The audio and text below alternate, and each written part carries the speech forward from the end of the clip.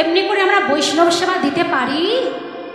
শানিত বটির উপরে ওই কুমড়োটা রেখে দিয়ে মনে মনে কথা ভাবছি, আর নয়ন যুগল হতে শ্রাবণের ধারা বয়ে যাচ্ছে। এটা কিন্তু দুঃখে চোখে জল নয়, আনন্দে, বৈষ্ণব সেবা দেবার আনন্দে চোখে জলটা নামছে।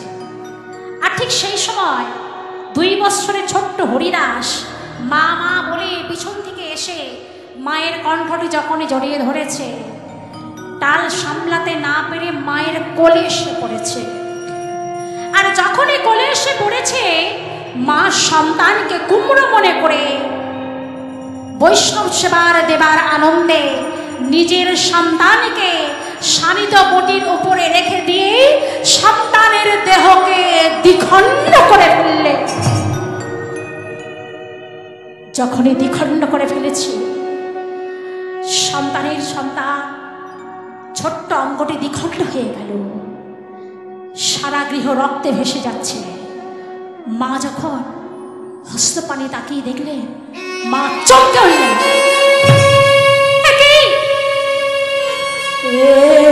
আমি কি করেছি, আমি কি করেছি? আমার একমাত্র নয়নের মনি, আমার একমাত্র অমলা পাখি, আমার একমাত্র সন্তান, আমার সেই বুকের ধনকে আমি নিজ হস্তে এমন করে, না না না না না না, আমি ঠিক করি নাই, আমি ঠিক করি নাই। হরিদাস, হরিদাস,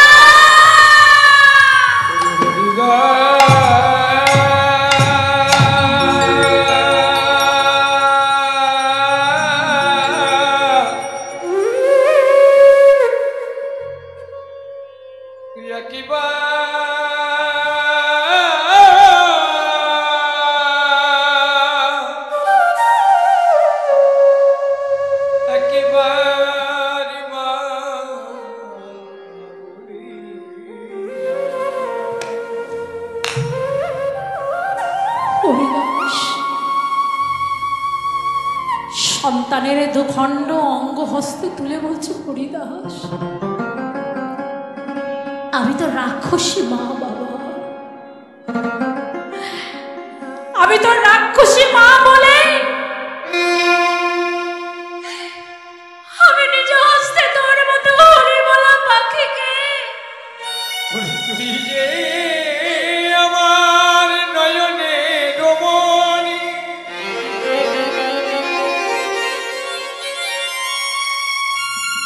তুই যে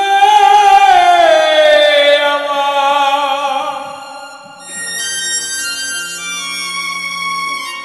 হরিবলা পাখি,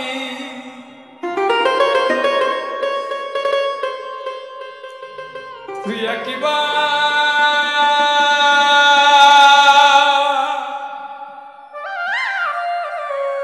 মা বলি। হরিদাস, হরিদাস, আমাকে আমাকে একবার মা বলে ডাকতো বাবা, আমার তাহলে সমস্ত দুঃখ দূরীভূত হয়ে যাবে। একবার আমাকে মা বলে ডাক। আমি জানি তুই আমায় ছেড়ে কোনোদিন চলে যেতে পারিস না। তুই যে আমার নয়নের মনি, তুই যে আমার আনার ঘরের প্রতি, তুই যে আমার অন্ধের জ্যোষ্ঠী। তোর ওই ছোট্ট মুখে একবার হরি কথা শ্রবণ করলে আমার এই প্রাণটা শীতল হয়ে যায় বাবা। তোর মুখে হরিনাম শ্রবণ করলে আমার এই ছোট্ট অন্ধকার গৃহ আলোয় আলোকিত হয়ে যায় বাবা। তোর মুখে হরি কথা শুনলে আমার এই শূন্য বুকটা পূর্ণ হয়ে যায় বাবা। বল বাবা, বল, আমাকে একবার বাবা বলে ডাক, আমাকে একবার মা বলে ডাক। হরিদাস, একটি বার আমাকে তুই মা বলে ডাক।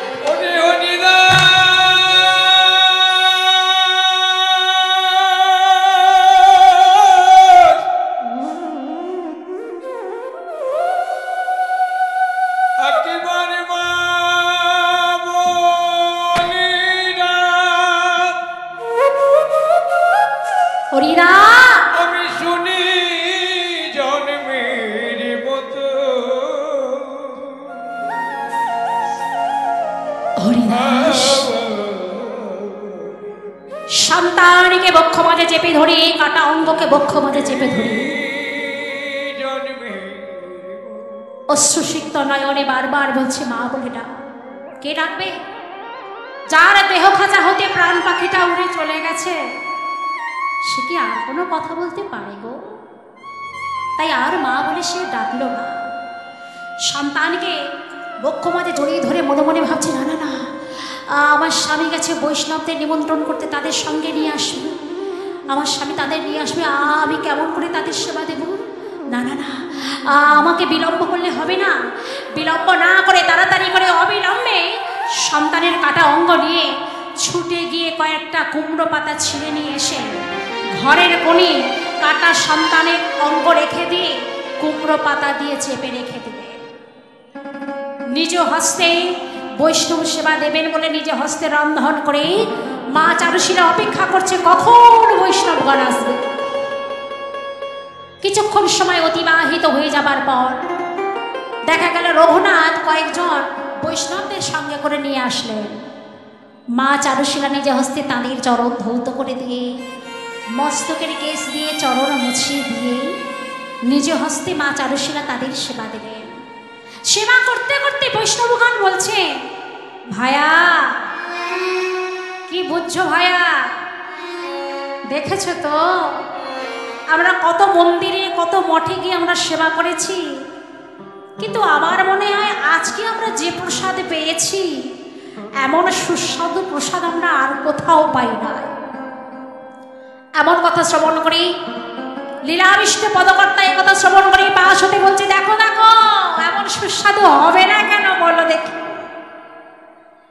এই প্রসাদ বানাতে গিয়ে, এই প্রসাদ তৈরি করতে গিয়ে মা চারুশীলা যে কত বড় ত্যাগ করেছে সে তো তোমরা জানো না। সমস্ত বৈষ্ণবগণ চারুশীলার হস্তে সেই প্রসাদ গ্রহণ করে রঘুনাথ চারুশীলাকে আশীর্বাদ করে তাঁরা যে যার গৃহাভিমুখে প্রত্যাবর্তন করলেন। তারা সবাই যখন চলে গেলেন, এবার রঘুনাথ বলছে, চারু আর কত প্রসাদ আছে যে আমি ব্রাহ্মণকে ডেকে নিয়ে আসবো বা বৈষ্ণবকে ডেকে নিয়ে আসবো? বলে, স্বামী যা প্রসাদ আছে আর একজনের মতো হতে পারে, কারণ আজকে তুমি আর আমি তো উপোস করে থাকবো, আজকে আমরা তো সেবা করব না। তুমি বরং এক কাজ করো, তুমি ওই একজন বৈষ্ণবকে ডেকে নিয়ে আসো, সেই বৈষ্ণব সেবা করলে তাহলে একেবারে সমাপ্ত হয়ে যাবে।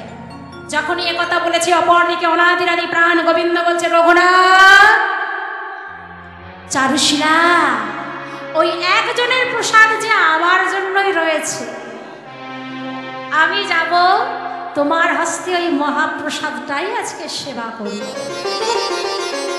এই বলে ভক্তির ভগবান সেই বালকের বেশ ধারণ করে পথে যাকেই দেখতে পায় তাকেই বলে, বলতে পারো কত দূরে সেই রঘুনাথের গৃহ যেখানে বৈষ্ণব সেবা হচ্ছে? যাকে দেখতে পাচ্ছে তাকে জিজ্ঞাসা করছে। হঠাৎ পছমতে দেখা হয়ে গেল রঘুনাথের সঙ্গে। বলছে, ও গোসাই বলতে পারো আর কত দূরে গেলে তবে রঘুনাথের বাড়ি আমি পাবো, সেখানে গেলে আমি প্রসাদ গ্রহণ করতে পারবো? রঘুনাথ বলছে, আমি তো রঘুনাথ। ও বলো তুমি প্রসাদ গ্রহণ করবে? এসো এসো, তুমি আমার সঙ্গে এসো। বলে, গোসাই শোনো শোনো শোনো, আমি তো কয়েকদিন উপোস করে আছি, আমি আর চলতে পারছি না, বড় কষ্ট হচ্ছে গো, তুমি আমায় একটু কোলে তুলে নেবে? রঘুনাথ বলছে, কোলে নয় বালো, আমি তোকে আমার কাঁধে করে নিলাম। বালক বেশি ভগবানকে যখনই রঘুনাথ কাঁধে তুলে নিয়েছে, যতবার এক পা করে হাঁটছে রঘুনাথ, ততবার আমার ভগবানের সেই চরণ দুটি তার বক্ষ মাঝে স্পর্শ হচ্ছে। আর তার বক্ষ মাঝে যতবার স্পর্শ হচ্ছে ততবার তার বক্ষখানি শীতল হয়ে যাচ্ছে। রঘুনাথ মনে মনে চিন্তা করছে, কি ব্যাপার, এমন করে আমার বক্ষ মাঝে কেন শীতল হয়ে যায়? পদকর্তা এক পাশে দাঁড়িয়ে বললেন, দেখো দেখো, যিনি নাকি কোটিচন্দ্র সুশীতা, যিনি নাকি কোটিচন্দ্র সুশীতলা, তার চরণ ঠেকেছে তোমার বক্ষস্থল। চরণে ঠেকেছে তোমার যিনি নাকি কোটি চন্দ্র সুশীতল, তার চরণ ঠেকেছে তোমার এই বক্ষস্থল। শীতল হবে না কেন বলো দেখি? এ তো যাত্রার চরণ পাওনি তুমি, স্বয়ং গোবিন্দের চরণ পেয়েছ। এইভাবে রঘুনাথ আমার গোবিন্দকে সঙ্গে লয়ে গৃহ মধ্যে প্রবেশ করে বলছে, চারু চারু, দাও দাও দাও, এই বালকের ভীষণ ক্ষুধা পেয়েছে গো, এই যে উপবাসে আছি, একে তুমি সেবা না। বালক বেশে ভগবান যখন সেবা করবে বলে আসনে বসেছি, আসনে বসে বলছে, মা দাঁড়াও দাঁড়াও দাঁড়াও, সেবা তো আমি করব, কিন্তু আগে বলো দেখি মা, তোমার ঘরের কোণে কুমড়ো পাতা তুমি ওটা কি চাপা দিয়ে রেখে দিয়েছো অমন করে? সর্বনাশ! মা চারুশীলা চমকে উঠলেন। এই বালককে কাছে পেয়ে মনে মনে ভেবেছিলাম, সন্তান শোক বুঝি আমার কিছুক্ষণ নিবারণ হবে, কিন্তু এই বালক এমনই একটা প্রশ্ন আমায় করেছে, এই যে আমার নেভানো আগুনকে আবার জাগিয়ে তুলেছে। এ বালক,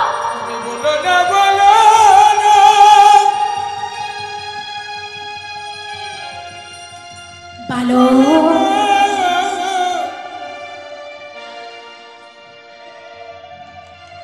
আমি তোমায় সব বলবো বালক।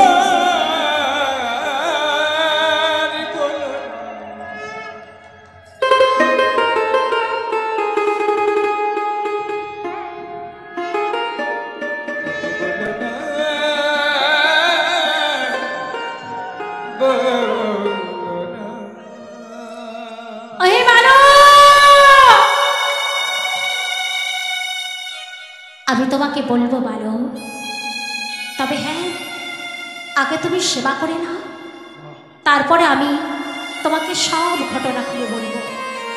তা বেশ বেশ, তা না হয় হলো, কিন্তু কথা হলো, আমি তো কোনোদিন একা সেবা করিনি, দ্বাদশ বালক নিয়ে সেবা করি।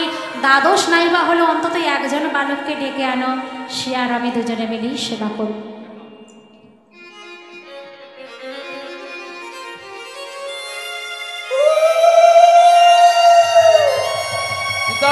গৌরী প্রেমানন্দে হরিবল হরিবল হরিবল।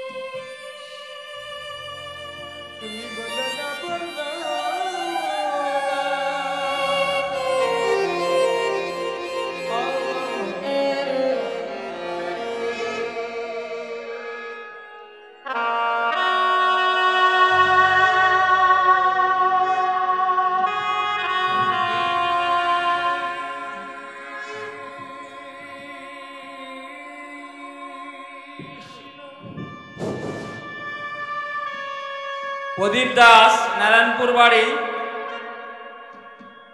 গোবিন্দের সেবা কীর্তনের হাতে 20 টাকা দিয়ে পুরস্কৃত করছেন।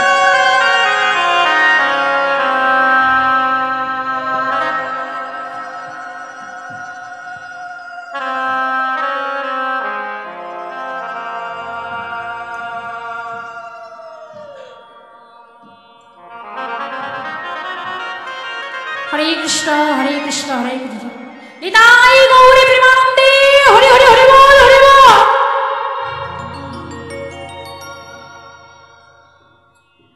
যখনই বলেছি ভক্তির ভগবান বালক বিশেষে, যখনই বলেছি দ্বাদশ রাখাল বালক নাইবা হলো, একজন বালককে আমার সঙ্গে নিয়ে এসো, সে আর আমি দুজনেই আজকে সেবা করব। সঙ্গে সঙ্গে রঘুনাথ বলছে, চারু ও চারু, আমাদের হরিদাস আছে না, আমাদের হরিদাসকে তুমি ডেকে দাও না গো, সে তো ছেলে মানুষ, সে কেন আমাদের সঙ্গে উপোস করে থাকবে? ওই হরিদাস আর এই বালক দুজনে মিলে সেবা করুন। যখনই হরিদাসের কথা বলেছি, মা সঙ্গে সঙ্গে চমকে উঠলেন, না না না না, আমি পারবো না, আমি পারবো না। স্বামী, কি বলছো জানো? পারবো না মানে? কোথায় হরিদাস? কেমন করে সে কথা বলবো তোমার? সে যে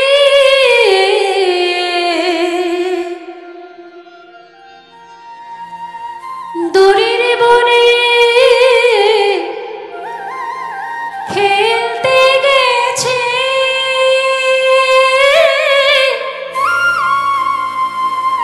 সে গেলে কেউ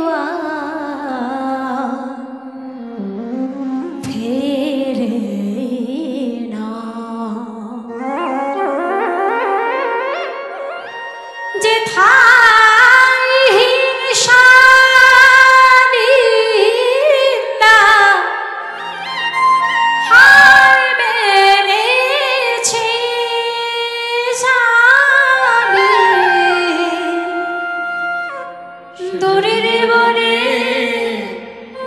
খেলিতে গেছি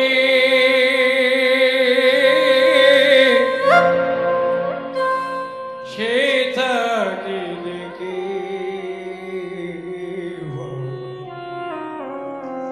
ফিরে আসে না। চারু,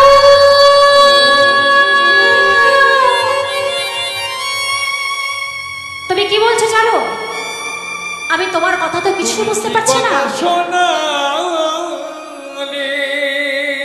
দূরের বনে খেলতে গেছে মানে? সঙ্গে সঙ্গে বালক বসে ভগবান বলছে, ও গোসাই, ওই যে তুমি শুনলে না, তোমার সহধর্মিনী বলছে দূরের বনে খেলতে গেছে। দেখো দেখো দেখো, দূরের বনে গিয়ে একটু দেখো, নিশ্চয়ই তুমি সেখানে তোমার হরিদাসকে পেয়ে যাবে গো। অন্তরে যাবে ভগবান সব কিছুই তিনি ঠিক করে রেখে দিয়ে ভক্তকে পাঠিয়ে দিচ্ছে। অপরদিকে শ্রীমতী রাধারানী কি করছেন? হরিদাসের প্রাণ ফিরিয়ে দিয়ে হরিদাসের সঙ্গে শ্রীমতী রাধারানী গভীর বনমাঝে দুটি বাহু প্রসার করে হরি হরি কৃষ্ণ খেলায় মত্ত হয়ে আছে। হরে কৃষ্ণ কৃষ্ণ কৃষ্ণ কৃষ্ণ হরে হরে, হরে রাম রাম রাম হরে হরে। হরি বল।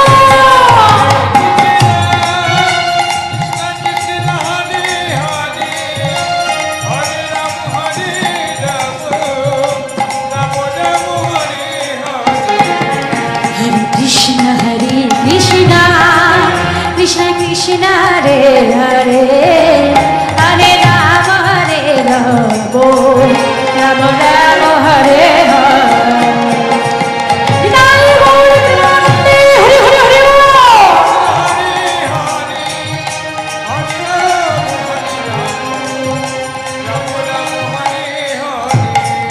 हरे कृष्ण कृष्ण कृष्ण हरे हरे,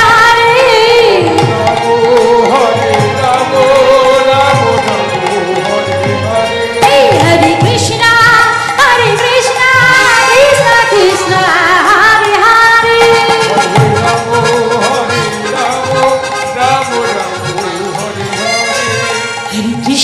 हरे कृष्ण कृष्ण कृष्ण हरे हरे, हरे राम राम राम हरे हरे।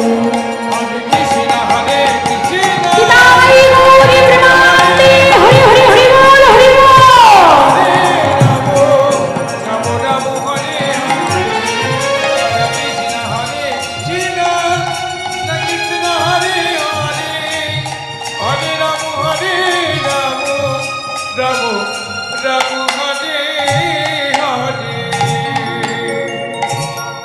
অপরদিকে রঘুনাথ চারিদিকে হরিদাসকে খুঁজছে।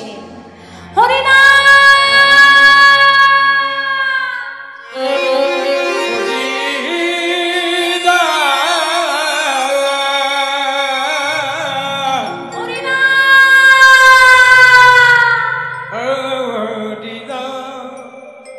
হরিদাস। শ্রীমতী রাধারানী বললেন, হরিদাস ওই দেখো তোমার পিতা তোমায় ডাকছেন, যাও যাও তুমি পিতার কাছে যাও। হরিদাস হরিদাস বলতে বলতে গভীর মনের মধ্যে যখনই প্রবেশ করেছে রঘুনাথ, দূর থেকে দেখতে পেলেন শ্রীমতী রাধারানী আমার হরিদাসকে আগিয়ে দিয়ে তিনি অন্তর্ধান হলেন। হরিদাসকে কাছে পেয়ে ছুটে গিয়ে বক্ষপদে জড়িয়ে ধরলেন রঘুনাথ। সন্তানকে কোলে তুলে আনন্দে নাচতে নাচতে গৃহাভিমুখে প্রত্যাবর্তন করলেন। গৃহে ফিরে এসে দেখলেন কি চারুশীলা অচৈতন্য অবস্থায় মৃত্তিকা পড়ে আছে, আর আসনখানি শূন্য পড়ে রয়েছে। যখনই আসনখানি শূন্য পড়ে রয়েছে দেখে চারুশীলাকে গিয়ে ডাকছে, চারু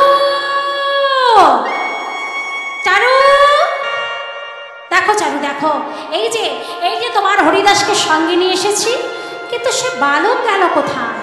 যে বালক আর তোমার হরিদাস দুজনের সেবা করবে বলল, সে বালক গেল কোথায়? স্বামী, আমার হরিদাসকে তুমি পেয়েছো? পেয়েছো আমার মাবালা পাখিকে? পেয়েছো আমার সেই হরিবলা পাখিকে? এই তো চারু, কিন্তু চারু তুমি অমন করে বলছো কেন? তুমি অবাক দৃষ্টিতে কেন তাকিয়ে আছো? স্বামীর কাছে যখন সমস্ত ঘটনা খুলে বললেন, সমস্ত ঘটনা শ্রবণ করবার পর এবার রঘুনাথ বলছে, চারু যে বালক আমাদের মাঝে এসেছিলেন সেই বালক আর অন্য কেউ নয় গো, সে হলো আমার প্রিয় বন্ধু, আমার অনাদিরাদি প্রাণের গোবিন্দ। তোমার সন্তান তোমার কোলে ফিরিয়ে দিয়ে আমার গোবিন্দ আবার তিনি চলে গেলেন। ভক্তমণ্ডলী, ভক্তিমতী মায়েরা, আপনারা সকলে নিশ্চয়ই বুঝতে পারছেন আমার লীলা সমাপ্ত হয়ে এসেছে।